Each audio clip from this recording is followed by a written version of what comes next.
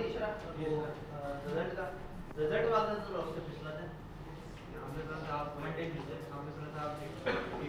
नहीं, मैं बता ही रहा था कि मुझे अगर मौका मिले और कोई कवानीन ना हो तो मैं चाहूँ कि उस हफ्ते बच्चे ना पढ़े, क्योंकि उस हफ्ते लोग एक ट्रॉमा से गुजर रहे होते हैं, बहुत सारे डिसीजन प्लस माइनस हो रहे होते हैं, बहुत सारे चीज़ सोच रहे होते हैं। इस दौरान कॉलेज उनको धड़ाधड़ पढ़ा रहा होता है तो उनकी सोचने की सलाहियत फारिग हो जाती है, और जो पढ़ रहे होते हैं वो पढ़ भी नहीं रहे होते। ठीक, लेकिन अगेन अगर इस तरह से एक हफ्ता ऑफ करते हैं तो लोग फिर उससे 2 हफ्ते पहले पूछना शुरू कर देंगे कि वो हफ्ता ऑफ कब आ रहा है, और हमने उससे कितने हफ्ते पहले गायब हो जाना है। तो इसलिए कॉलेज जो है वो इसमें 2 या 3 दिन रखता है। मैं खुद प्रैक्टिकली मानता हूँ कि फिर 3 दिन होने चाहिए, एक तरह आने से पहले एक तरह जाने के बाद, यानी रिजल्ट से पिछला दिन और रिजल्ट से अगला दिन। लेकिन अगेन जब 3 दिन ऑफ होते हैं तो बच्चा अगले 2-3 दिन खुद ही से ऑफ कर लेता है और एक हफ्ते का उसको ऑफ बना लेता है। तो इसलिए कॉलेज के कवानीन के मुताबिक कॉलेज हर दफ़ा थोड़ा बहुत कहता है कि अच्छा एक छुट्टी करेंगे, सिर्फ रिजल्ट वाले टाइम पे कर लेंगे, और अल्टीमेटली 1-2 दिन की छुट्टी हो जाती है। तो मंडे और ट्यूसडे वो फॉर श्योर ऑफ है। वो अगेन मैं उस पास्ट कॉलेज की पॉलिसी का जिक्र कर रहा हूँ जो हर दफ़ा ये करते हैं एंड पे। लेकिन अगर टीचर को लग रहा हुआ कि आपका सिलेबस इस मराहिल से गुजर रहा है कि छुट्टी बच्चों के लिए नुकसानदेह हो सकती है, तो हो सकता है कोई और टीचर आपको छुट्टी ना दें, तो वो छुट्टी नहीं भी दें तो भी मैं कम से कम मंडे ट्यूसडे आप लोगों को तकलीफ नहीं दूंगा, क्योंकि मैं समझता हूँ कि वो एक मुनासिब टाइम नहीं है। फिर वो मंडे वाला जो टेस्ट है ना वो हम सैटरडे पे ले जाएंगे, पिछले सैटरडे पे, ताकि एक दफ़ा टेस्ट दे कि आप सुकून से अपनी इबादतें कर सकें और रिजल्ट का इंतज़ार कर सकें।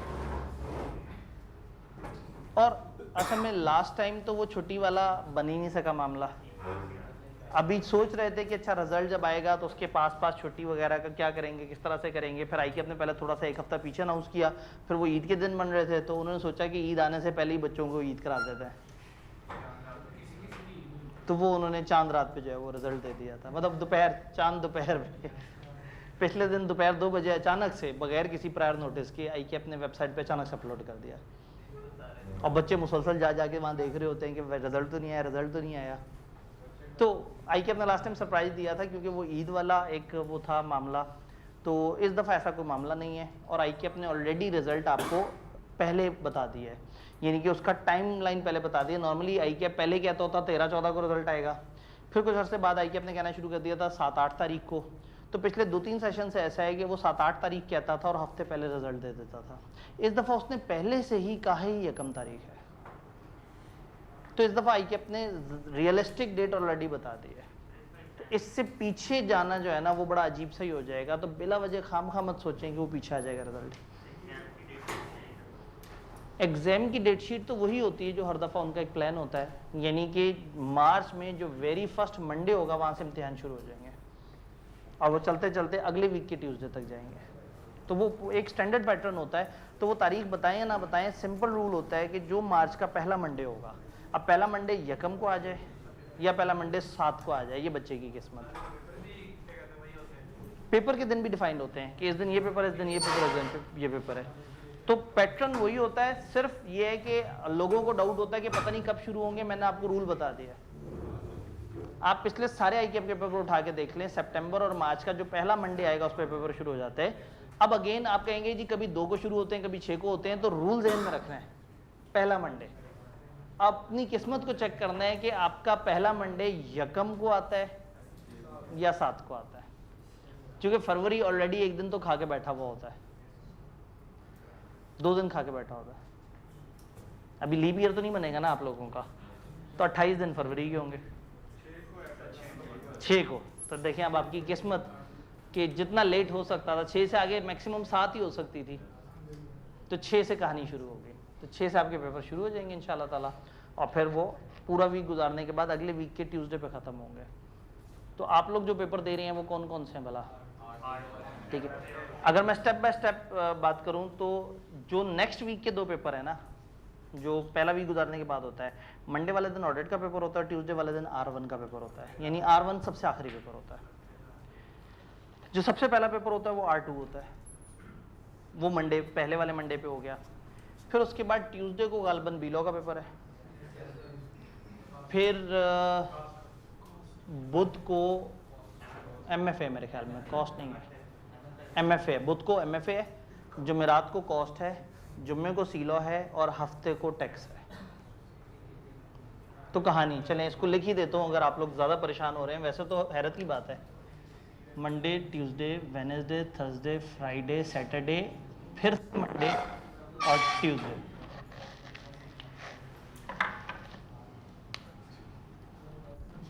कैफ 8, कैफ 5, कैफ 4, ओह सॉरी 8 यहाँ था। वेडनेसडे को क्या था, एमएफए, थर्सडे को 3, 7 और 2। तो आप गौर से देखें तो 5, 6, 7, 8 ग्रुप बी, एक एक दिन का गैप, 4, 3, 2, 1। और कोशिश इस तरह से की है कि वो ये रिवर्स चले, ये इस तरह से चले, तो ऐसे में करीब करीब के पेपर ज़रा कम आए, सिवाय उनके जो दरमियान में हैं इस जगह पे या ये। तो आप देखेंगे इस तरह से है कि गैप, मतलब सबसे ज़्यादा करीब अगर कोई पेपर हैं तो वो ये 3 है। जो 4, 5, 6 इकट्ठे दे रहा होगा वो फंसेगा। अदरवाइज आपके जितने भी कम्बिनेशन है उसमें कहीं ना कहीं छुट्टी बन जाती है, और इसमें एक छुट्टी जो नज़र नहीं आ रही वो ये दिन भी तो छुट्टी है।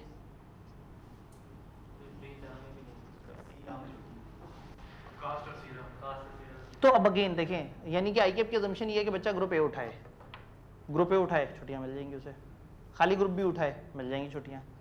ग्रुप ए और बी के कम्बिनेशन जब बनाएगा तो फिर हो सकता है कि उसने कैफ 3 छोड़ा हो, और कैफ 3 के साथ आगे जो उठाए वो आइडियली 5 और 6 है, और सॉरी 5 और 7 है। तो 3, 5 और 7, 5, 3 और 7 कम दिलों बगैर छुट्टी किया जाता है। तो नॉर्मली जो एक आइडियल कम्बिनेशन बनता है, कैफ 1, 2 और 4 सबसे पहले उठाना चाहिए। कैफ 1 अकाउंटिंग का, 2 टैक्स का, और 4 के आप एक लॉ उठा लें, थोड़ा सा लाइट वेट रहे, आपका कम्बिनेशन अच्छा बन जाए। कैफ 3 आइडियली शुरू में नहीं उठाना चाहिए, कॉस्ट है और उसमें ज़रा थोड़ा दिमाग ज़्यादा इस्तेमाल होता है और बच्चा अभी उतना मैच्योर नहीं होता। फिर उसके बाद अगली दफ़ा उसे 3 उठाना चाहिए, और 5 और 7, क्योंकि 1 के बाद 5 वाला पेपर उठा लेना चाहिए, और 7 से अगेन वही बात है कि ये वाला ग्रुप भी थोड़ा सा इजी हो जाता है कि एक आपने लाइट पेपर रखा है और 2 इस तरह से, और फिर आखिरी आपके होना चाहिए 6, 8 और एनी रिमेनिंग।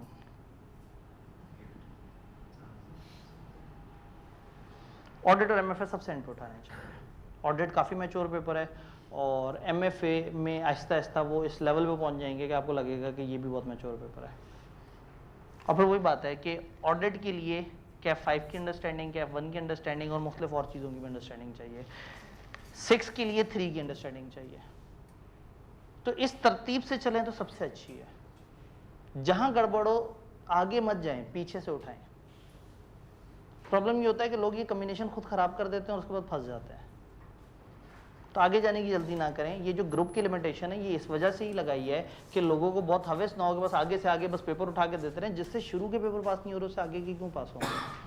जो FR1 में फेल हो रहा है वो FR2 किस तरह से पास करेगा। जो बी लॉ में प्रॉब्लम कर रहा है वो ऑडिट कैसे पास करेगा। तो ग्रुप ए के पेपर थोड़े रिलैक्स हैं, ग्रुप बी के भारी हैं। ग्रुप बी के भारियों में वाहिद रिलैक्स जो है वो कमती लॉ है। द ओनली पेपर जो मैं कह सकता हूं कि वो ग्रुप ए में भी हो सकता था, उसका बहुत ज़्यादा ताल्लुक नहीं है कि बहुत कमाल तूफानी बेस बनी हुई हो। वो बेस इतना जितना उसके लिए चाहिए वो टीचर बना सकता है क्लास में। लेकिन आईकेएफ ने उस पेपर में सबसे गंदा रिजल्ट देके साबित कर दिया कि ये हम हैं जो डिसाइड करेंगे कि हमने ग्रुप बी किसे कहना है, ग्रुप ए किसे कहना है। डन। तो ये बेसिकली सबसे आइडियल अप्रोच ये है कि आप इस तरतीब से चलें, ग्रुपिंग और ये सारा मसले ही ख़त्म हो जाते हैं। दरमियान में क्या करें, पेपर दिए में रिजल्ट पेंडिंग है, अब क्या करें। सवाल ये कि पेपर दिए कितने हैं। अगर 3 दिए तो फिर तो 2 का पास होना नहीं होना आप डाउट में। जिसने दिए ही 2 होते हैं वो सुकून से बकाया 2 उठा के लेके चलता रहे। अगर रिजल्ट आने पे पहले 2 पूरे पास हो गए, दोनों के दोनों पास हो गए, तो आगे से कमती लो पोस्ट रिजल्ट में उठा ले, सबसे बेस्ट है। जिसने दिए ही 2 हैं, हाँ जिसने 3 दिए हुए हैं वो इंतजार कर रहा है, तो जिसने 3 दिए हैं वो कॉस्ट तो उठा के पढ़ना शुरू कर दे। डाउट उसको यही है ना कि उसके 2 पेपर पास होंगे या नहीं होंगे। अगर शदीद डाउट है तो सिर्फ कमती लो उठा ले, और अगर कम डाउट है तो फिर FR2 उठा ले। सी लो बेशक ना उठाए, उस डाउट के साथ थोड़ा सा टाइम गुजार ले। सी लो कभी भी हो सकता है, सी लो बहुत बड़ा पेपर नहीं है। तो लेकिन वही बात है कि अगर शदीद डाउट है, शदीद डाउट का मतलब ये है कि आप खुद मानते हैं कि 70-80% चांस है कि मैं वापस पीछे चला जाऊंगा, तो मैं इसलिए कह रहा हूँ कि सी लो उठा ले कि रिजल्ट तक आपने पढ़ लिया होगा, आपने उसके बाद 1-1.5 महीना मजीद पढ़ना होगा। सी लो आप जेब में कम से कम आ जाएगा कि यार पढ़ लिया, बस अब जब देना होगा उस वक्त मैं सेल्फ स्टडी करके दे दूंगा। FR2 के साथ ये नहीं हो सकता। FR2 उस अटेम्प्ट में जिस अटेम्प्ट में पढ़ा है। तो ये छोटी छोटी सी अप्रोच है, अगर इस तरह से किया जाए तो चीज़ें बेहतर हो सकती हैं। डन। ऑल उसके बाद कॉलेज कहता है कि आपने बच्चों को गुमराह कर दिया, वो हमारे पास रिफंड, फ्रीज और इस तरह की चीज़ें लेके आ जाते हैं। जी आप लोगों ने कुछ पढ़ा? बहुत मज़ेदार था, हलवा था, लेकिन ज़्यादा था, लिखा नहीं गया 50 मिनट में, या लिख भी लिया? लिखने में टाइम ज़्यादा लगा। यस, मैंने आपको बताया था कि जो हमने पढ़ा है वो आसान है, लेकिन वो तादाद में थोड़ा सा ज़्यादा, क्योंकि वो एक फ्लो चल रहा था, ये चीज़ ये चीज़ ये चीज़। तो आई बिलीव कि लिखते हुए आपको थोड़ी सी दिक्कत हुई होगी, तो कोई बात नहीं, आप इस वीकेंड पे अपने वो जो गैप है उसको कवर कर लीजिएगा। उतने 1-2 सफ़े का मार्जिन देके जो आज हम पढ़े उसको लिख लीजिएगा। मेमोरेंडम की क्लॉजेस समझने की कोशिश की थी, ऐसे ही है। मेमोरेंडम में कोई सी 6 क्लॉजेस के नाम बताएंगे किबला? कोई सी 6 name? Register office clause, liability clause, authorised share capital clause, printing and signature clause नहीं है, वो आगे वाली बात है। अंडरटेकिंग सब्सक्रिप्शन क्लॉज, शुरू PR से ही हो रही थी वो। Principal line of business clause, ये 6 क्लॉजेज हैं। नेम क्लॉज, अच्छा मैं हर क्लॉज के बारे में सवाल पूछता जाऊंगा, और जहां उसकी लिखी हुई किसी चीज पे आपको कंफ्यूजन, आपने मुझे ब्रेक लगा देनी है। वो वाले भाई, नेम क्लॉज में क्या लिखना होता है? कंपनी का नाम और पूरा करके लिखना होता है। ये पूरे नाम से मुराद है आपने जो नाम चूज किया वो लिखना है, और एंड पे कुछ अल्फाज का इजाफा कर देना है। ये अल्फाज कौन कौन से हैं? Limited, private limited, SMC private limited, guarantee limited और अनलिमिटेड। 5 तरह की कंपनियां, पब्लिक कंपनी लिमिटेड लिखे, प्राइवेट लिमिटेड लिखे, single member SMC private limited लिखे, गारंटी वाली गारंटी लिमिटेड लिखे, और अनलिमिटेड लिखे। तो नाम के साथ आपने क्लोजिंग वर्ड डालने हैं। नेम क्लॉज में कोई कंफ्यूजन है तो बताएं। नेम क्लॉज क्लियर है? एक दर्जा आगे बढ़ते हैं। Registered office clause, registered office clause में पूरा एड्रेस देते हैं या आधा एड्रेस देते हैं? सिर्फ प्रोविंस का बताते हैं, शाबाश। रजिस्टर्ड ऑफिस क्लॉज में आपने सूबा बताना है, हम इस सूबे में रजिस्टर हैं, और सूबे के अलावा भी कोई ऑप्शन है? Part of Pakistan, not forming part of province. तो मैंने बिल्कुल सही बात की कि रजिस्टर ऑफिस क्लॉज में आपने सूबा बताना है और ऐसे पाकिस्तान के हिस्से का बताना है जो पाकिस्तान में है लेकिन सूबे में नहीं आता। जी नहीं है, इस्लामाबाद को अलग से ICT कहा जाता है, इस्लामाबाद कैपिटल टेरिटरी। इस्लामाबाद पंजाब का हिस्सा नहीं है, रावलपिंडी इस्लामाबाद वो पंजाब का हिस्सा है, लेकिन इस्लामाबाद नहीं है। मरी का शुरू का हिस्सा पंजाब में आता है, और ये नथिया गली से आगे UB और फिर आगे की तरफ एबटाबाद की तरफ चलना शुरू करते हैं तो वो KP के एरिया शुरू हो जाता है। जी रजिस्टर ऑफिस क्लॉज क्लियर है? देन ऑथराइज शेयर कैपिटल, पहले आसान क्लॉज की बात कर लेते हैं। ऑथराइज शेयर कैपिटल क्लॉज में क्या बताना होता है? सबसे एंड पे जो भाई जी, जितना शेयर कैपिटल जिसके साथ company proposes to be registered, जो कंपनी चाहती है कि हम इतने कैपिटल के साथ रजिस्टर हों, तो उस कैपिटल को में क्या क्या बताते हैं उस कैपिटल के बारे में? टोटल कैपिटल कितना है, शेयर्स कितने हैं, पर शेयर वैल्यू कितनी है। ठीक है, ऑथराइज शेयर कैपिटल में इसके अलावा मजीद आप कुछ बताना चाहें? जी मैक्सिमम शेयर्स जितने हमने इशू करने हैं वो हमने बता दिए। उसके अलावा इसमें कुछ और बात जो किताब ने मालूमात दी हो, ऑथराइज शेयर कैपिटल क्लॉज समझ आ गई क्या है? किताब ने कुछ एक्स्ट्रा पॉइंट्स भी बताए याद रखने को। सब्सक्राइबर बनने के लिए कम से कम एक शेयर लेना होगा और हर सब्सक्राइबर अपने नाम के सामने शेयर लेगा। ये जुमला किताब में 2-3 जगह पे है, वो चाह रहे हैं कि आप अच्छी तरह से इसको जहन में रख लें। और किसी कंपनी में ये नहीं भी होगा, वो गारंटी लिमिटेड जो नॉट हैविंग शेयर कैपिटल, उसमें ऑथराइज शेयर कैपिटल क्लॉज नहीं होगी। ऑथराइज शेयर कैपिटल क्लॉज से रिलेटेड किसी का कोई सवाल? All clear? एक स्टेप आगे बढ़ाते हैं। अंडरटेकिंग या सब्सक्रिप्शन क्लॉज क्या थी ये?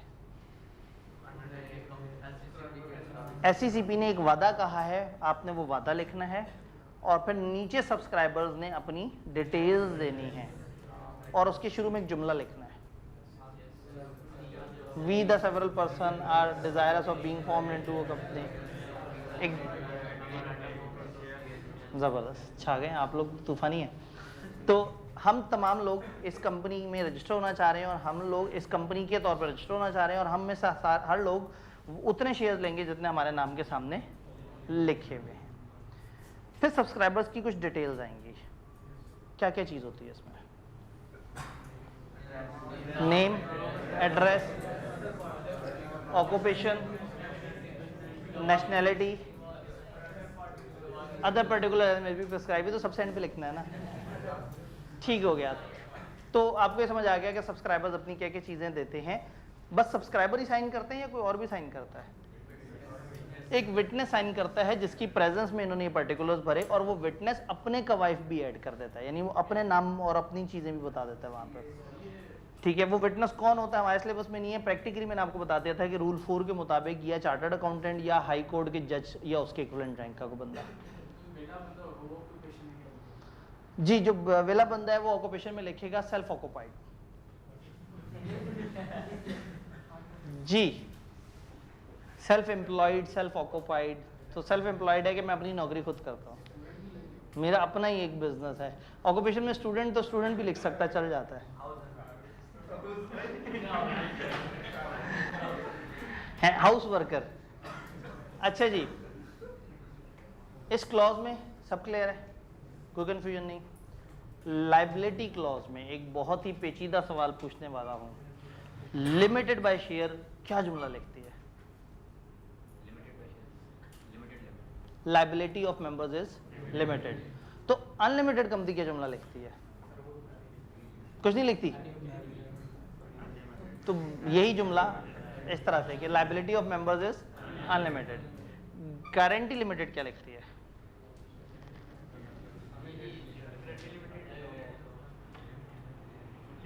यही लिखती है कि लाइबिलिटी ऑफ मेंबर्स लिमिटेड, और साथ में क्या करती है?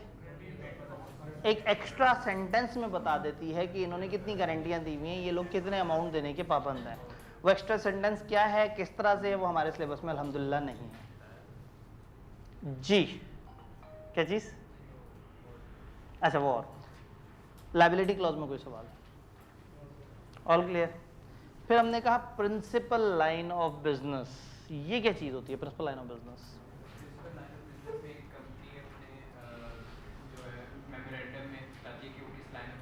अपने मेमोरेंडम में अपना मेन लाइन बताती है। मतलब वो ये नहीं कहेंगे हम ये बिजनेस करते हैं, वो मेनली ये बिजनेस करते हैं। कंपनी के कई तरह के बिजनेस हो सकते हैं, अपना मेन लाइन ऑफ बिजनेस बताएंगे।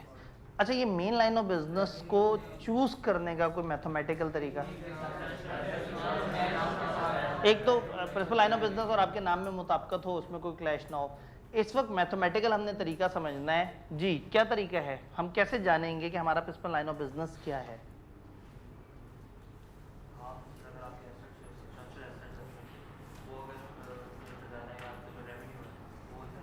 आपके अगर एसेट्स किसी जोन में, जिस बिजनेस में आपके एसेट्स ज़्यादा हैं या जिस बिजनेस में आपका रेवेन्यू ज़्यादा है, वो आपका प्रिंसिपल लाइन ऑफ बिजनेस है। लेकिन अगर कहीं रेवेन्यू ज़्यादा हो, कहीं एसेट ज़्यादा हो, तो फिर जो ज़्यादा में ज़्यादा है, यानी इन दोनों में जो ज़्यादा है वो वाला जोन बन जाएगा आपका प्रिंसिपल लाइन ऑफ बिजनेस। जो इदारे पहले से बिजनेस कर रहे होते हैं, बाद में कंपनी बनते हैं, वो तो अपनी मौजूदा सिचुएशन देख लेते हैं। और जो भी बनने जा रहे होते हैं तो वो अपने लाइकली एसेट्स या लाइकली रेवेन्यू, जो रेवेन्यू एक्सपेक्टेड होते हैं और जो एसेट एक्सपेक्टेड होते हैं वो उसके हिसाब से कैलकुलेशन देते हैं, हम बाद में से बदल भी सकते हैं, बदलने के तरीके हम लोगों ने इंशाल्लाह ताला कल पढ़ने हैं जी।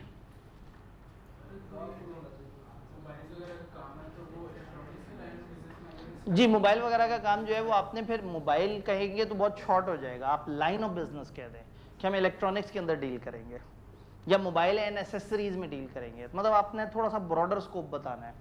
अगर आप स्पिनिंग का काम करते हैं, वीविंग का काम करते हैं, प्रिंटिंग का काम करते हैं कपड़े पे, तो दिस इज बेटर कि आप कहें हम टेक्सटाइल का काम करेंगे। जितना ब्रॉडर स्कोप बता देंगे बाद में बदलना नहीं पड़ेगा। हम एजुकेशन की सर्विसेज प्रोवाइड करेंगे, स्कूल भी आ गया, कॉलेज भी आ गया, यूनिवर्सिटी भी आ गया, सब कुछ आ गया जी। जी दराज और अमेज़न ट्रेडिंग के बिजनेस में, ट्रेडिंग जिस मर्जी चीज की करवा लीजिए।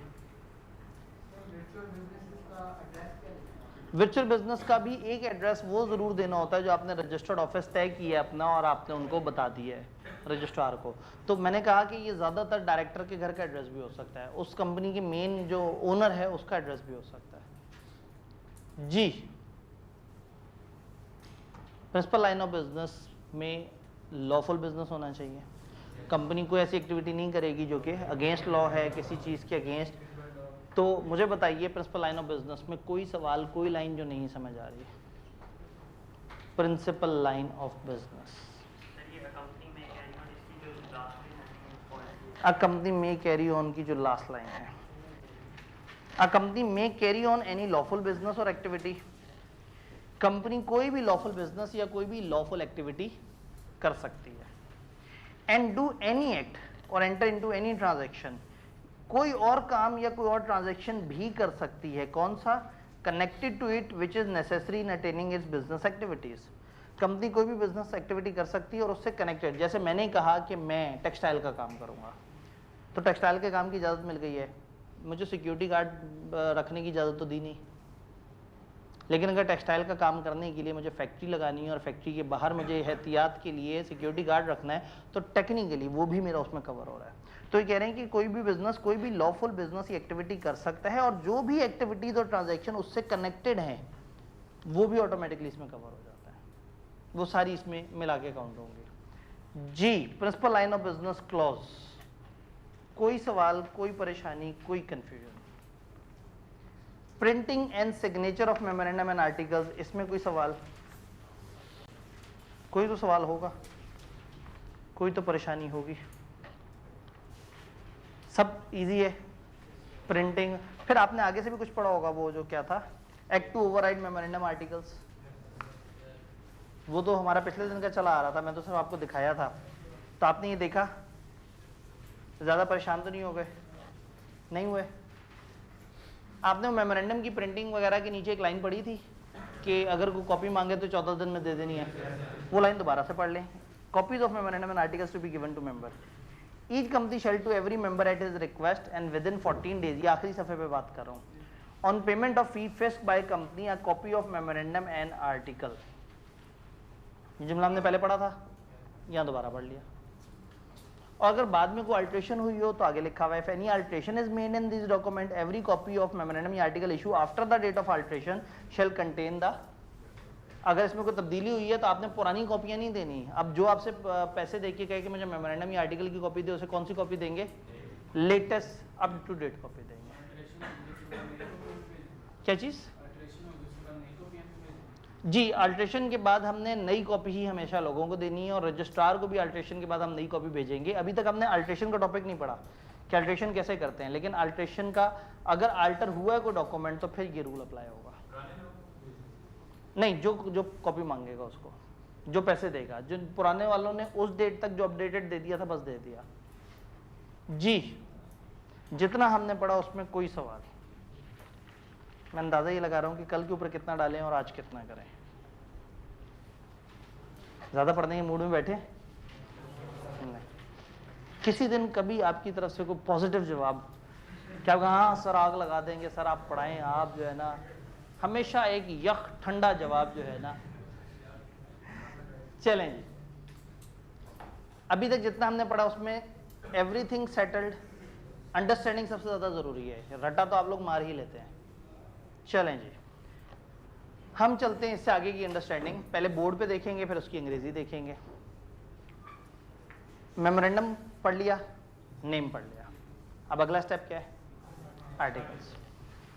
आर्टिकल्स अगर बनाने हैं तो आर्टिकल्स तो डिटेल रूल्स एंड रेगुलेशंस है, और मेमोरेंडम क्या था? एक आईडी कार्ड टाइप की वन पेजर चीज जिसपे, अब आप देखें ना, अगर आपको एक कंपनी की मैं डिटेल्स बताऊं तो आप उसका मेमोरेंडम बनाएंगे तो एक लाइन में उसका नेम क्लॉज आ जाएगा, 1 से 1.5 लाइन में उसकी रजिस्टर ऑफिस क्लॉज आ जाएगी, अगर वो लिमिटेड बाय शेयर है तो एक लाइन में लायबिलिटीज लिमिटेड आ जाएगा, ठीक है। फिर ऑथराइज शेयर कैपिटल क्लॉज, वो भी आप एक लाइन में लिख देंगे, 1.5 लाइन में लिख देंगे। प्रिंसिपल लाइन ऑफ बिजनेस आप कहेंगे हमारी जी फलाना प्रिंसिपल लाइन ऑफ बिजनेस है, वो खत्म हो गया। और एंड पे पोर्शन आ गया जहाँ टेबल बना हुआ है और उसके ऊपर लिखा हुआ है कि हम वो चंद लोग हैं जो कंपनी को रजिस्टर करा रहे हैं। तो टेक्निकली एक सफ़ा या एक सफ़ा आगे पीछे मेमोरेंडम खत्म। और इंटरेस्टिंग बात यह है कि आपको को बहुत टेक्निकल डिटेल्स, बहुत technical knowledge of companies act नहीं चाहिए मेमोरेंडम बनाने के लिए। तो सकता आप उनकी वेबसाइट पे जाएं, जब आप कंपनी रजिस्टर करा रहे हो तो आज के दौर में बहुत सारे काम ऑनलाइन हो रहे हैं, आप वेबसाइट पे जाएं तो वो आपसे कहें अच्छा आपका नाम क्या होगा, आपने लिखा, अच्छा कौन से सूबे में रजिस्टर होना है फलाना, अच्छा कौन सी मेन लाइन ऑफ बिजनेस होगी, और हो सकता है आपको ड्रॉप डाउन मेन्यू दे दें, आप ड्रॉप डाउन में करके हाँ एग्रीकल्चर फलाना फलाना आप अपना सेक्टर सेलेक्ट करें तो मेमोरेंडम 2 मिनट में बन जाएगा। या चलो डिटेल्स वगैरह पंच करने में टाइम लगेगा, 5 मिनट में मेमोरेंडम बन जाएगा। मेमोरेंडम बनाने के लिए बंदे के पास लॉ की नॉलेज बहुत ज़्यादा होनी ज़रूरी नहीं है, लेकिन मेमोरेंडम के बाद आपने एक बड़ा डॉक्यूमेंट बनाना है, वो क्या है? Articles of association. Articles of association के बारे में हमने कभी सुना था कि ये डिटेल्ड रूल्स एंड रेगुलेशन है, ऐसे ही है, डिटेल्ड रूल्स एंड रेगुलेशंस। आप अगर मेरे से पूछेंगे जी आर्टिकल्स में क्या क्या होना चाहिए, तो मैं आपसे कहूँगा कंपनी चलाने के लिए हर बात इसमें लिखी होनी चाहिए। लॉ के तहत एक कंपनी चलाते हुए आपको जो जो चीज़ें करनी है वो उसमें होनी चाहिए। फॉर एग्जांपल लिखा होना चाहिए कि हमारी मीटिंग्स कैसे होंगी, डायरेक्टर्स की मीटिंग कैसे होंगी, मेंबर्स की मीटिंग कैसे होंगी, हम इलेक्शन कैसे कराया करेंगे, हम वोटिंग किस तरह से किया करेंगे, मीटिंग में शमूलियत के लिए प्रॉक्सी वगैरह और इन चीज़ों का क्या रूल हुआ करेगा, डायरेक्टर्स वगैरह को तनख्वाहें किस तरह से दिया करेंगे, कंपनी के अकाउंट्स कैसे बनाया करेंगे, कंपनी को ऑडिट कैसे करवाया करेंगे। यानी थिंक ऑफ थिंग्स, और आपके जहन में हंड्रेड्स ऑफ जवाब आ जाएंगे कि ये सारी बातें आर्टिकल्स में लिखी होनी चाहिए। अब हम फंस गए। मेमोरेंडम बनाना आसान काम था, आर्टिकल्स बनाने के लिए आपको तो एक्सपर्ट्स चाहिए होंगे, आपको जाके चार्टर्ड अकाउंटेंट फर्म्स के पास जाना पड़ेगा कि जी आप लोग एक्सपर्ट हैं, आप बताएं हमें आर्टिकल्स बना के दें। ये आप काले कोटों वालों के पास जाएंगे, उनसे कहेंगे कि जी आप लोग लॉ को अच्छी तरह से जानते हैं, ये हमारी कंपनी, ये हमारे मकासद है, ज़रा हमें आर्टिकल्स बना दें, हमें नहीं पता आर्टिकल्स में क्या लिखना होता है। तो लॉ ने एक बड़ी मज़ेदार सी ऑप्शन निकाल दी। लॉ ने क्या कहा कि कंपनियों को 2 कैटेगरीज में डिवाइड कर दिया। उन्होंने कहा कंपनी लिमिटेड बाय शेयर्स और अदर कंपनीज।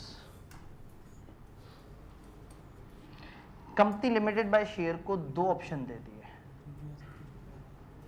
एक ऑप्शन ये था कि एडॉप्ट टेबल ए,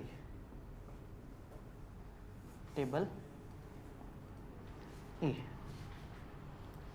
टेबल ए को अडॉप्ट कर ले, रादर देन कि हर कोई हर दफा जाके एक्सपर्ट्स के पास जाए और उनसे कहे हमें आर्टिकल्स बना के दें। देखिए जितनी भी कंपनी लिमिटेड बाय शेयर्स हैं, मेमोरेंडम तो सबका फर्क होगा, लेकिन वोटिंग का तरीका तो एक ही होता है, मेंबर्स की पावर्स भी एक जैसी होती हैं, इलेक्शन का तरीका भी एक होता है। आर्टिकल्स में तो आपने कंपनी लॉ के मुताबिक लिखना है ना कि कंपनी क्या करेगी, वोटिंग कैसे करेगी, अकाउंट कौन से बनाएगी। तो इसका मतलब है जितनी भी लिमिटेड बाय शेयर्स कंपनियां जब भी अपने रूल्स बनाने बैठेंगी तो कहीं ना कहीं उनके रूल्स कॉमन होंगे। तो लॉ ने एक बड़ा मजेदार काम किया, कंपनीज एक्ट के एंड पे स्केड्यूल्स दिए हुए होते हैं, जैसे टैक्स के एंड पे स्केड्यूल दिए होते हैं ना, जहाँ टैक्स का रेट लिखा होता है या इस तरह से करके। तो कंपनीज एक्ट के एंड पे स्केड्यूल दिए हुए हैं, उसमें फर्स्ट स्केड्यूल है जो कि मेमोरेंडम और आर्टिकल्स के फॉर्मेट देता है, उसका एक डॉक्यूमेंट है, उसका नाम है टेबल ए। कहां पे है ये? First schedule companies act, first schedule companies act, जिसमें पहले से बना बनाया पूरा फॉर्मेट मौजूद है। 83-84 पैराग्राफ पे मुश्तमिल एक लंबा चौड़ा डॉक्यूमेंट बना के रख दिया हुआ। कंपनीज एक्ट के एंड पे जाएं, आपको जब आप बेयर लॉ उठाएंगे, ओरिजिनल लॉ उठाएंगे, तो कंपनी एक जहाँ खत्म होगा वहाँ स्केजुअल होगा, फर्स्ट स्केजुअल में सबसे पहला डॉक्यूमेंट होगा, उसका नाम होगा टेबल ए। तो टेबल ए में आपको पूरा का पूरा आर्टिकल्स बना बनाया मिल जाएगा। तो आपके पास दो ऑप्शन है, एक ऑप्शन ये है कि आप कहें मैं ज़्यादा रिसर्च नहीं करना चाहता, मैं ज़्यादा वकीलों को पैसे नहीं देना चाहता, मैं सीए फर्म को पैसे नहीं देना चाहता, मैं आर्टिकल्स वो फॉलो करूंगा जो सारे फॉलो करते हैं, तो आप कह दीजिएगा हमने टेबल ए को अडॉप्ट कर लिया। अब इंटरेस्टिंग बात है कि आपको आर्टिकल जमा कराने की भी ज़रूरत नहीं है, आप मेमोरेंडम जमा कराएं, अंडरटेकिंग जमा कराएं रजिस्ट्रार को, और एक जुमला लिख दें कि फॉर आर्टिकल्स हम टेबल ए को फॉलो करेंगे। उसको दोबारा जमा कराने का फायदा ही कोई नहीं, क्योंकि ऑलरेडी उसको पता है कि टेबल ए में क्या है। तो आप बना बनाया टेबल ए फॉलो कर सकते हैं, लेकिन हो सकता है कि आपकी कंपनी जो रजिस्टर होने वाली है उसमें कुछ एक दो फनकार लोग हों, वो कहें नहीं हमारे आर्टिकल ज़रा मुनफरद होने चाहिए, हम अपने तरीके से भी उसमें 10-12 बातें लिखेंगे। तो अगर आप अपने तौर पे कुछ मुनफरद चीज़ बनाना चाहते हैं तो okay, prepare articles and get it registered. आप आर्टिकल बनाएं और फिर रजिस्ट्रार को दिखाएंगे ये हमने बनाए हैं, बताओ तुम्हें अच्छे लग रहे हैं। अगर कानून की खिलाफ वर्जी नहीं हो रही, अगर सारी बातें उसमें पूरी मिल रही हैं, तो वो आपके आर्टिकल्स को रजिस्टर कर लेंगे। तो अब अगर आपसे कोई पूछे आर्टिकल्स कैसे बनाते हैं, तो आप कहेंगे कि जी कंपनियां दो तरह की होती हैं, लिमिटेड बाय शेयर्स, बाकी। लिमिटेड बाय शेयर्स को दो ऑप्शंस मिलती हैं। क्या दो ऑप्शन मिलती हैं? एक बना बनाया फॉर्मेट मौजूद है टेबल है, उसमें सब कुछ लिखा हुआ है। एक अननोन बंदा जिसको लॉ नहीं पता, उसके लिए फर्स्ट ऑप्शन है कि वो कहे यार वो उधर लिखा हुआ है ना, हम उसको फॉलो कर लेंगे, वो है टेबल है। और दूसरा ऑप्शन क्या है? बनाएंगे, रजिस्टर करवाएंगे। खूबसूरत बात यह है कि अदर्स के पास सिर्फ यही ऑप्शन है, क्योंकि गारंटी लिमिटेड, अनलिमिटेड कंपनियां, ये सारी वो कंपनियां जो ज़रा मुनफरिद होती हैं। नॉर्मली 90-95% कंपनियां कंपनी लिमिटेड बाय शेयर्स होती हैं। तो जब एक कंपनी आई डिफरेंट तरीके की रही है, गारंटी, अनलिमिटेड या इस तरह, तो उसके लिए कुछ गाइडेंस तो प्रोवाइड कर दी लॉ ने। जैसे फर्स्ट कैजुअल है ना, इसमें कुछ और टेबल्स भी हैं। टेबल का मतलब टेबल नहीं है, टेबल एक फॉर्मेट को कहते हैं ये। तो टेबल ए के बाद टेबल बी भी है। टेबल बी में कंपनी लिमिटेड बाय शेयर्स के मेमोरेंडम का फॉर्मेट है। फिर टेबल सी है जिसमें एक और कंपनी के मेमोरेंडम आर्टिकल का फॉर्मेट है। टेबल डी है, एक और कंपनी के मेमोरेंडम आर्टिकल का फॉर्मेट है। तो इन्होंने क्या किया, इन्होंने हर तरह की कंपनी के टेबल बना दिए। सबसे ज़्यादा डिटेल बनाया टेबल ए, जिसमें सारा कुछ डाल दिया। और जो आगे के टेबल सी डी ई है उसमें गाइडेंस दे दी कि देखो अगर आर्टिकल्स बनाते हुए समझ ना आ रहा हो तो थोड़ी सी हेल्प हमारे फॉर्मेट से ले लेना, बाकी अपना काम करना। तो लॉ ने एक लिस्ट दे दी स्केड्यूल्स में,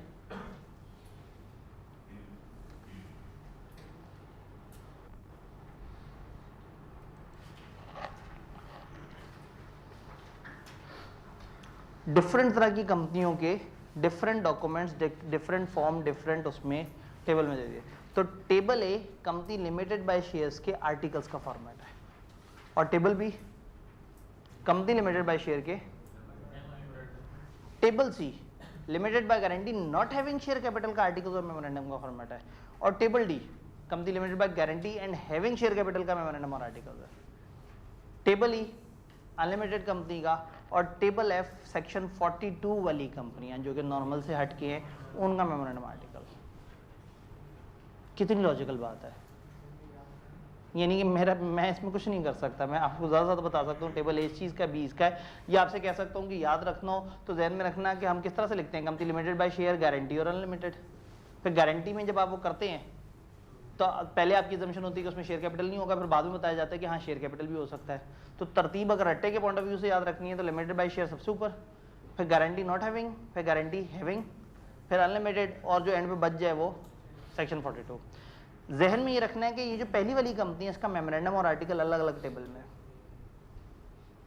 पहले आर्टिकल है फिर मेमोरेंडम, और बाकी सबके दोनों डॉक्यूमेंट एक ही टेबल में। आइडियली आईकेप के पास इतने नंबर नहीं है कि वो ज़ाया करे एक 5 नंबर का सवाल आपको देके कि ज़रा बताओ कौन कौन से टेबल होते हैं, लेकिन एमसीक्यूज़ में उनके पास मुनासिब नंबर, एक नंबर ऐसा है जिसको ज़ाया ज़रूर किया जा सकता है। तो एमसीक्यू में थोड़ा सा आपको तकलीफ दे सकते हैं। हो सकता है वो कहें company limited by guarantee not having share capital shall can adopt, या उसके लिए गाइडेंस के लिए ये वाला टेबल दिया हुआ है, table A, table X, table 42, table Y. तो आप कहेंगे नन ऑफ अबव, क्योंकि वो तो टेबल वो था टेबल सी। तो कहने का मतलब ये है कि एमसीक्यू पॉइंट ऑफ व्यू से इसको देखा जा सकता है। अदरवाइज ये 2-3 चैप्टर्स का जो मिलके ब्लॉक बनता है, इसमें इतने number I am very confident कि उनके पास एक फजूल बात पे ज़ाया करने के लिए नहीं है। ये टेक्निकली एक फजूल बात है। ये सिर्फ उन्होंने बस बता दिया कि उस टेबल में वो लिखा है, उसमें वो लिखा है, उसमें वो लिखा है, उसमें वो लिखा है। ये ऐसे ही है जैसे टैक्स के अंदर कोई आपको बताए कि जी टैक्स के जो रेट दिए हुए होते हैं वो इनकम टैक्स ऑर्डिनेंस के आगे जो एंड पे वो दिया हुआ होता है, उसमें जो स्केड्यूल 1 का पार्ट 1 का फलाना चीज़ होती है, वो असूलन नहीं पूछी जानी चाहिए और असूलन बताई भी नहीं जानी चाहिए। उन्होंने कहा जब टेबल ए चल ही रहा है तो बच्चे कहेंगे ये ए क्या होता है, तो फिर टीचर ने बताया इतने सारे टेबल होते हैं और ए हमारे काम का है, तो बच्चे कहेंगे अच्छा ए गल सी। तो टेबल ए समझ आया जी। जी अब अगेन आर्टिकल्स में क्या क्या मेंशन होना चाहिए। आर्टिकल्स आपको ईच एंड एवरी, मतलब आर्टिकल्स में ये नहीं लिखा होगा कि डायरेक्टर्स खाने में क्या खाएंगे, ये नहीं लिखा होगा कि आप मेहमानों को बुलाएंगे तो आप क्या करेंगे, ये नहीं लिखा होगा कि अगर आप दूसरे मुल्क जाके मीटिंग कर रहे होंगे तो वहाँ पे लोगों से डील कैसे करेंगे। आर्टिकल्स कंपनी को चलाने की हर बात नहीं बताएगा, कंपनी को चलाते हुए कंपनी लॉ को कहाँ कहाँ फॉलो करना है वो बताएगा। तो फिर आर्टिकल्स में ये नहीं लिखा होगा कि आपको कौन सी पॉलिसी अडॉप्ट करनी है, आपको अपनी स्ट्रेटेजी क्या बनानी है। हाँ ये ज़रूर लिखा होगा कि अपने अकाउंट सालाना जमा कराने हैं, अकाउंट सालाना बनाने हैं, सालाना मेंबर्स के सामने रखने हैं। तो टेबल ए या आर्टिकल्स बेसिकली एक कंपनी एक्ट के मुताबिक क्या क्या रूल्स फॉलो करती है वो उसकी समरी होती है। बट उसके अंदर आपके स्ट्रेटेजिक पॉइंट्स नहीं होते हैं कि कंपनी स्ट्रेटेजी क्या करे, ये कैसे करे, वो कैसे करे।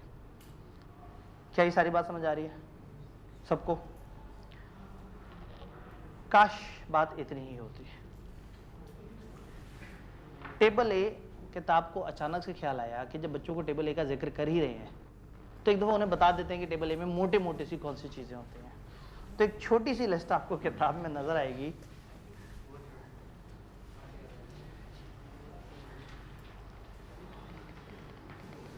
छोटी सी क्यूट सी लिस्ट।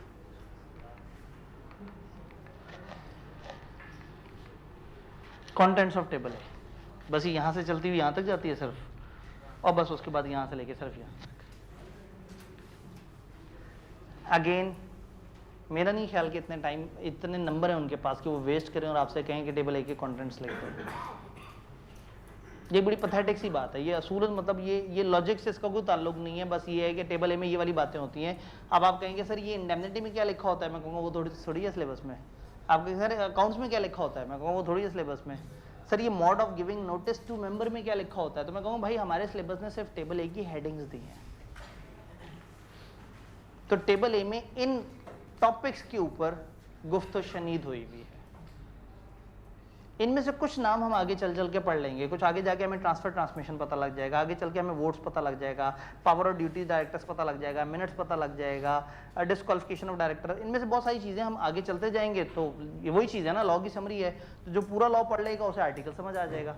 तो इस वक्त सिर्फ आर्टिकल्स की ये लिस्ट आपको तकलीफ देने के लिए और MCQ में छेड़ा जा सकता है। बताओ इनमें चारों में से कौन सा वो है जो टेबल ए में नहीं होता, तो फिर आप उलझते फिरें कि इनमें से कौन सा वाला उसमें नहीं होता। तो ये थोड़ा सा तकलीफ दे सी लिस्ट है, लेकिन इसकी वजह से आपने इस टॉपिक से नफरत नहीं करनी, टॉपिक मजेदार है।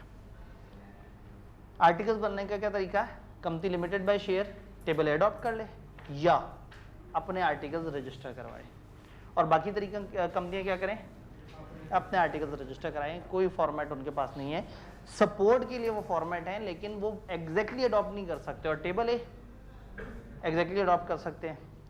फिर उसके बाद इन्होंने कुछ कहने की कोशिश की है। ये जरा 3 लाइनें पढ़ें, इसको पढ़ के मुझे बताएं कि आपको समझ आ रहा है कहना क्या चाह रहे हैं।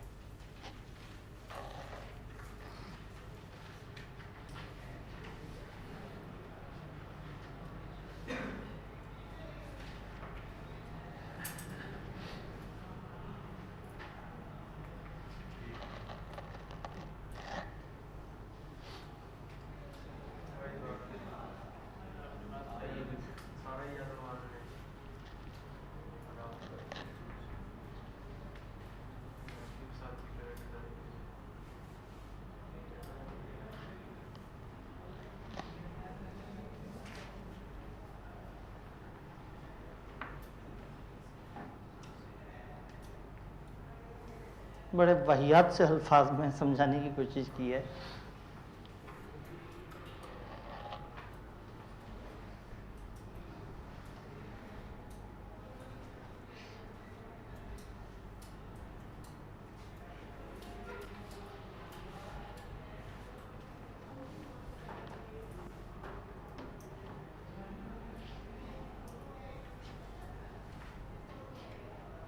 चले, बड़ी सारी लाइन लगा दें इसके ऊपर। इसने जब पढ़ना है तकलीफ देनी है। आपने आर्टिकल्स बनाए और टेबल ए को फॉलो नहीं किया। टेबल ए में 2 अच्छी बातें लिखी हुई थी और आपके बनाए हुए आर्टिकल्स में वो बातें मिस हो गई। तो आपके आर्टिकल्स प्लस वो 2 जरूरी बातें जो मिस हुई हैं वो आपके आर्टिकल्स है। आपने अपने आर्टिकल्स बनाए और उसमें सारी वो बातें जो टेबल वाली हैं कवर कर दी और कुछ इजाफी बातें भी कवर कर दी। अब आपके आर्टिकल्स फॉलो होंगे। अपने आर्टिकल्स बनाए ही नहीं तो टेबल ए।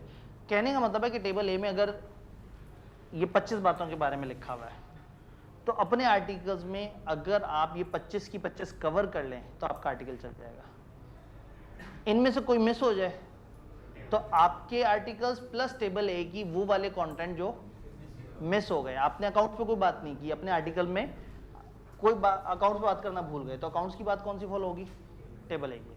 आप अपने आर्टिकल्स में सारी बातें भूल गए, आपने आर्टिकल में सारी बातें कवर कर ली तो छोड़ दें टेबल ए को। तो टेक्निकली टेबल ए हमेशा फॉलो होगा या टेबल ए मिनिमम बेंचमार्क है। आपके बनाए हुए आर्टिकल्स टेबल ए से ऊपर चले जाएं चलेगा, लेकिन कोई ऐसी चीज मिस कर दें जो टेबल ए में थी तो इसका मतलब है कानून को जरूरी लगती थी तो आपके आर्टिकल्स प्लस टेबल ए की वो वाली चीज फॉलो होगी। क्या बात समझ आई?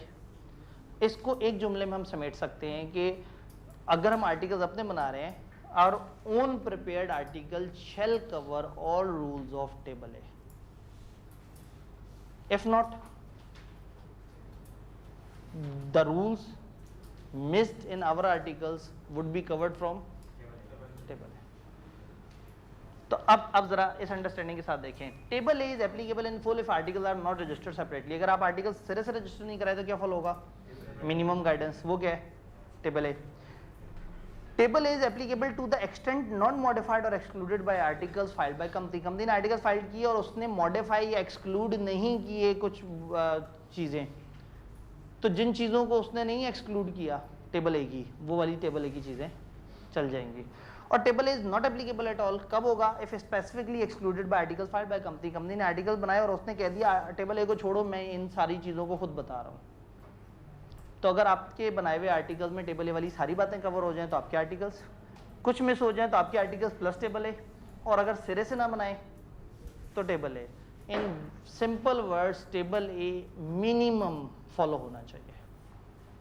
कम से कम टेबल ए वाली सारी बातें तो होनी चाहिए आपके आर्टिकल में। जो मिस करेंगे ऑटोमेटिकली टेबल ए फॉलो हो जाएगा। टेबल ए उतनी बातों में फॉलो हो जाएगा। तो ये 3 लाइन जो है वो थोड़ा कंफ्यूज करती हैं। ये लिख दी हैं इसलिए कि किताब कंप्लीट हो, अदरवाइज मैं खुद नहीं चाहता कि ये जुमले लिख के कंफ्यूज किया जाए। देखें, आपने आर्टिकल्स बनाए, 32 चीजें डाल दी, टेबल ए में थी 25, वो 25 भी कवर कर दी, साथ अपनी नई बातें भी डाल दी। तो आपने अपने 32 बातें करके कह दिया लो जी मैंने अब अपनी बातें बता दी हैं सारी, तो आपने वो 25 तो साइड पे कर दी कि वो 25 साइड पे करो, वो मैं सारी मैं बताता हूँ। तो जब आपने उनकी सारी बातें साइड पे कर दी और वो सारी बातें खुद कवर कर दी तो फिर टेबल ए एप्लीकेबल नहीं है। लेकिन क्या हुआ, जितनी बातें आप उनकी एक्सक्लूड नहीं कर सके, आपने अपने पास 23 बातें बता दी और टेबल ए में थी 25 बातें, तो आपने उनकी 2 बातें साइड पे करके अपनी बात नहीं की, तो जो आप अपना नहीं बता सके वो कौन सा फॉलो होगा? तो टेबल ए मिनिमम गाइडेंस है जो फॉलो होगी। अब टेबल ए में या आर्टिकल्स में कंपनी के सारे रूल्स एंड रेगुलेशंस सारी चीज़ों के साथ ये बताया हुआ होता है कि कंपनी कितनी कैटेगरी के शेयर्स रखेगी, तमाम शेयर होल्डर्स के क्या राइट्स होंगे, शेयर होल्डर्स की क्या पावर्स होंगी। तो शेयर होल्डर्स के जितने भी राइट्स और वो सारी चीज़ें हैं वो भी टेबल ए में दिए हुए होते हैं या आर्टिकल्स में दिए हुए होते हैं। डन? मतलब अगर टेबल ए में अकाउंट के बारे में कुछ लिखा हो, ठीक है, लेकिन जब हम अपने खुद आर्टिकल बनाए इसमें अकाउंट के बारे में कुछ और लिखते हैं, ठीक है, हाँ, अब एक बात ये कि हम अकाउंट्स के बारे में कुछ इजाफी लिखें। पहली बात है कि जो हम लिखें वो एक्ट के अगेंस्ट नहीं होना चाहिए, और अगर हमने लिख दिया अपने तरीके से तो अब वो आर्टिकल्स हमारे ही आर्टिकल्स हमारे ऊपर वाजिब हैं। अब आर्टिकल में लिखी हुई जो चीज़ नहीं फॉलो करेंगे इसका मतलब आपने रूल्स की खिलाफ वर्जी की। हर कंपनी बाउंड है अपने मेमोरेंडम और आर्टिकल्स के तहत। जब वो रजिस्टर होती है तो उसके बाद मेमोरेंडम और आर्टिकल में लिखी हुई चीज़ों को फॉलो करना होता है। फॉलो ना करें तो कंपनी को फाइन, पेनल्टीज और इस तरह की चीज़ें होती हैं। सर मतलब कि वो जो से टेबल ए के जो से अकाउंट्स के रूल होंगे उससे भी फॉलो करना पड़ेगा? नहीं, असल में देखें, अगर आपने अपने पास कुछ रूल्स लिख दिए और उन रूल्स ने उनको भी कवर कर दिया, कुछ इजाफी बातें भी कर दी, अब आपके आर्टिकल्स फॉलो होंगे। अब आप नहीं करेंगे तो आपको उसके मुताबिक सजा होगी। जी, हर डॉक्यूमेंट, आर्टिकल, मेमोरेंडम, ये सारी चीज़ें बाद में चेंज हो सकती हैं। मतलब मेरा तो दिल कर रहा है मैं अभी बता दूं मेमोरेंडम आर्टिकल्स कैसे चेंज होते हैं, दिल तो वाकई बहुत कर रहा है। ठीक है, हाँ। अब अगेन देखें, अपने आर्टिकल्स में कंपनी लॉ के टेबल ए की रिक्वायरमेंट को ख़राब नहीं कर सकते। फॉर एग्जांपल, टेबल ए में लिखा हो कम से कम 21 दिन पहले नोटिस भेजें। कम से कम का मतलब क्या होता है? बड़ा भी हो सकता है। तो अगर आप अपने आर्टिकल में 25 दिन लिख देंगे चल जाएगा, लेकिन अगर आप अपने आर्टिकल्स में 19 दिन लिखेंगे तो नहीं चलेगा।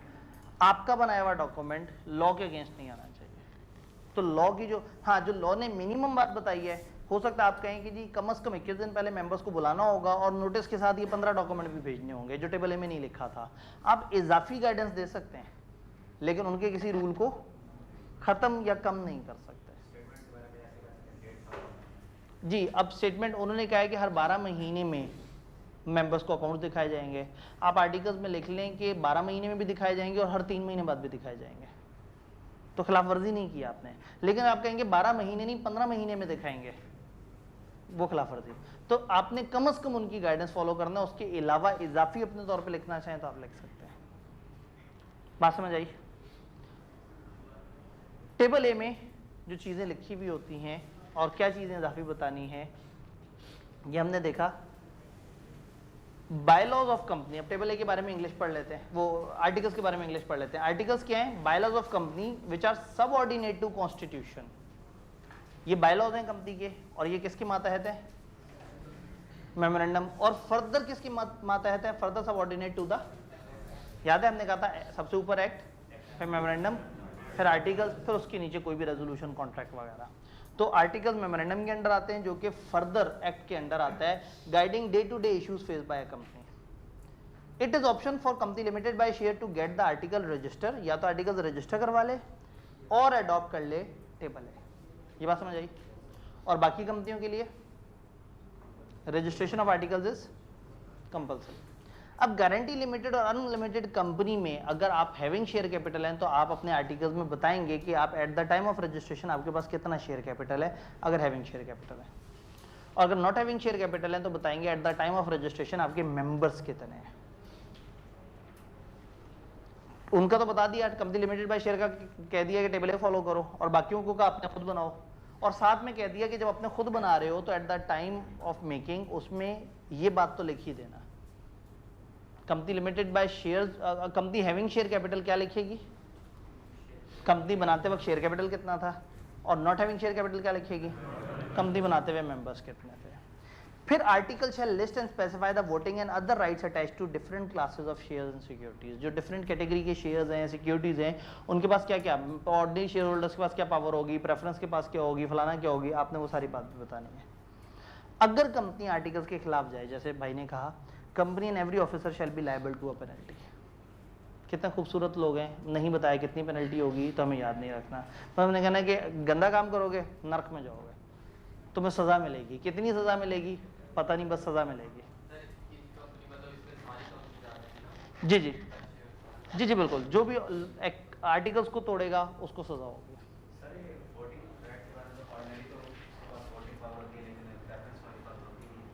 अगर ऑर्डिनरी के पास ठीक है, ठीक है, तो आर्टिकल्स में लिख दें, article shall list and specify the voting and other rights attach to different. आप बता दें कि लोगों के पास क्या वोटिंग राइट है, आप ऑर्डिनरी वालों के बारे में लिख दें उनके पास वोटिंग राइट है, प्रेफरेंस के बारे में लिख दें उनके पास वोटिंग राइट नहीं है। तो ये जुमला ये कहना चाह रहा है कि आप बताएं कि उनके क्या क्या वोटिंग राइट्स हैं, तो आप कहें उनका नो वोटिंग राइट है। तो आर्टिकल्स में आप सारी कैटेगरी के शेयर्स और उन सब के रूल्स भी बता देंगे। डन। कैसे चेंज करें आर्टिकल्स? जैसे नाम चेंज किया था, नाम कैसे चेंज करते हैं? स्पेशल रेजोल्यूशन पास करते हैं और किसको जमा कराते हैं? तो आर्टिकल चेंज हो गए। मैंने कोई बहुत मुश्किल बात तो नहीं बता दी। अब आप में घबराहट होने का कल पढ़ेंगे। कल का दिन ना बड़ा अनसर्टन सा लग रहा है मुझे, पता नहीं क्यों। जी नहीं पढ़ना मजीद? अभी थोड़ी देर पहले मैंने एक स्पीच दी थी, उसके बावजूद भी चलें। आर्टिकल्स के चेंज वाली बात समझ आई। स्पेशल रेजोल्यूशन पास करें, रजिस्ट्रार को जमा करा दें, चेंज हो जाएगा। सिर्फ एक काम की बात है उसमें, जो बताने से कम मैं आज की अपनी जिम्मेदारी अदा कर दूं, कल का लेक्चर तो फिर कल पे जाए। आर्टिकल्स में अगर आप चेंज करना चाहें तो आर्टिकल्स में तो मेंबर्स के राइट्स भी दिए हुए होते हैं। क्या ख्याल है? एक कंपनी है, उसके ऑर्डिनरी शेयर होल्डर्स हैं फर्ज करें 92% और प्रेफरेंस शेयर होल्डर्स हैं 8%। समझ आता है ना इन दोनों का फर्क? ऑर्डिनरी वालों को ना हमेशा बड़ा दुख लगता है इस बात का कि जो प्रेफरेंस वाले हैं ना, इनको हर दफा डिविडेंड देना पड़ता है। और ये कहाँ लिखा हुआ है? आर्टिकल्स में। राइट्स कहाँ लिखे होंगे? आर्टिकल्स को बदलने के लिए क्या करना पड़ेगा? Special resolution. स्पेशल रेजोल्यूशन के लिए कितनी मेजॉरिटी चाहिए? तो सोचें कि इनके दिल में क्या चल रहा होगा। स्पेशल रेजोल्यूशन पास करें, आर्टिकल्स चेंज करें और जिस लाइन में लिखा था इनको डिविडेंड मिलना है वो लाइन उठा के फेंक दें। अब रूल क्या है? अगर आप आर्टिकल्स चेंज कर रहे हैं तो स्पेशल रेजोल्यूशन तो आपने पास करनी ही करनी है, लेकिन अगर उस स्पेशल रेजोल्यूशन से किसी खास तबके के रूल्स मुतासर हो रहे हैं, किसी खास क्लास ऑफ मेंबर्स को उससे तकलीफ हो सकती है, नुकसान हो सकता है, तो ये स्पेशल रेजोल्यूशन तब तक इफेक्टिव नहीं होगी जब तक कि उस खास ग्रुप के भी 3/4 लोग उसको अप्रूव ना कर दें। तो अब आपको एक बड़े लेवल पे स्पेशल रेजोल्यूशन पास करनी होगी और एक उस क्लास के लोगों से भी 3/4 अक्सरियत चाहिए होगी, जो जाहिर है वो नहीं देना चाहेंगे। तो लॉ ने यहाँ माइनॉरिटीज़ को बचाने के लिए कोशिश ये की है कि स्पेशल रेजोल्यूशन से, ये तो आपको बता दिया कि आर्टिकल्स चेंज हो जाते हैं, लेकिन अगर स्पेशल रेजोल्यूशन से किसी खास ग्रुप के राइट्स चेंज कर रहे हैं तो आप जो है उसके अगेंस्ट काम कर सकते हैं कि जब तक वो ग्रुप 3/4 अक्सरियत उसको ओके नहीं कर देगा तब तक स्पेशल रेजोल्यूशन भी बेकार है। इसका मतलब 2 दफ़ा रेजोल्यूशन पास होगी, पहले पूरी कंपनी की 3/4 अक्सरियत। ये ऐसे ही जैसे अगर किसी असेंबली मेंबरान बैठ के आइन में एक ऐसी तरमीम करें जिससे किसी सूबे के राइट्स मुतासर हो, तो पहले तो पूरे असेंबली मेंबरान की 3/4 अक्सरियत या 2/3, पाकिस्तान में 2/3 ज़्यादा चलता है, फिर उसके बाद उस सूबे की भी उतनी ही अक्सरियत उसको ओके करेगी तो फिर वो रूल पास होगा। तो इसकी इंग्लिश देख लेते हैं ताकि आप लोगों को ये ना हो कि सर अगर इंग्लिश दिखा देते तो घर जाके हमारा पढ़ना बड़ा आसान हो जाता। आल्ट्रेशन इन आर्टिकल में एक दफ़ा इंग्लिश दिखा दूँ ताकि ईजी हो जाए मामला। कंपनी में by special resolution articles article, special resolution से आर्टिकल्स बदल सकते हैं। Any alteration shall be as valid as original content in article. कोई भी अल्ट्रेशन उतनी ही वैलिड मानी जाएगी जैसे कि ओरिजिनल आर्टिकल्स थे। यानी ऐसा नहीं होगा कि आप बाद में आर्टिकल उठा के कहेंगे यार ये तो बड़ा थका हुआ डॉक्यूमेंट है, इसमें तो अल्ट्रेशन हुई हुई है। उस अल्ट्रेशन हुए हुए डॉक्यूमेंट की भी कानूनी वही हैसियत है जो ओरिजिनल डॉक्यूमेंट की। If alteration affect substantive rights और लायबिलिटीज ऑफ मेंबर और क्लास ऑफ मेंबर, अगर मेंबर्स के राइट्स मुतासिर करे या किसी ग्रुप की, it shall be carried out only if majority of at least 3/4 of those affected vote for that।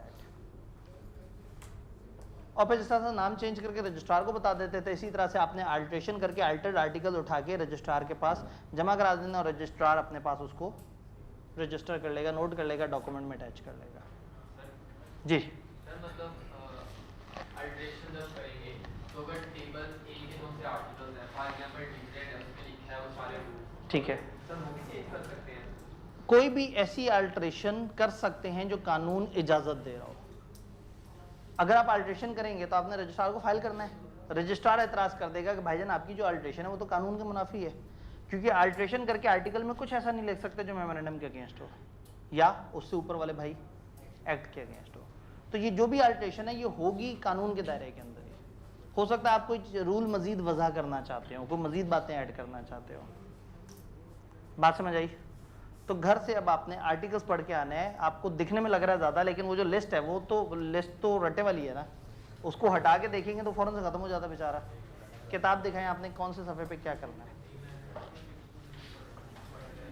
एक तो ये आखिरी सफ़े पे जो form of memorandum and article है, ये टेबल सा जो बना हुआ है, ये तो मैंने नहीं ना पढ़ाया, ये तो आपने रट्टा मारना है, इसमें तो कोई मेरा तो कोई दोष नहीं है।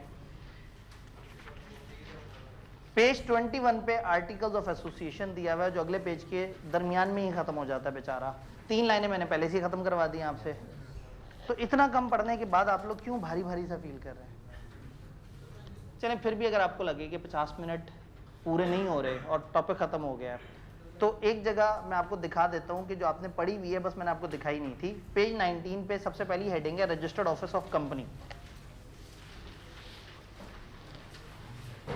कहें तो लगे हाथों पढ़ के भी सुना दो, नहीं पढ़ लेंगे, सुन लें।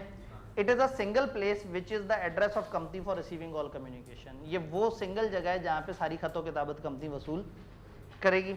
It does not necessary be same as head office of company. जरूरी नहीं कि यही हेड ऑफिस हो, ये तो खतों किताबत के लिए आपने बताया है।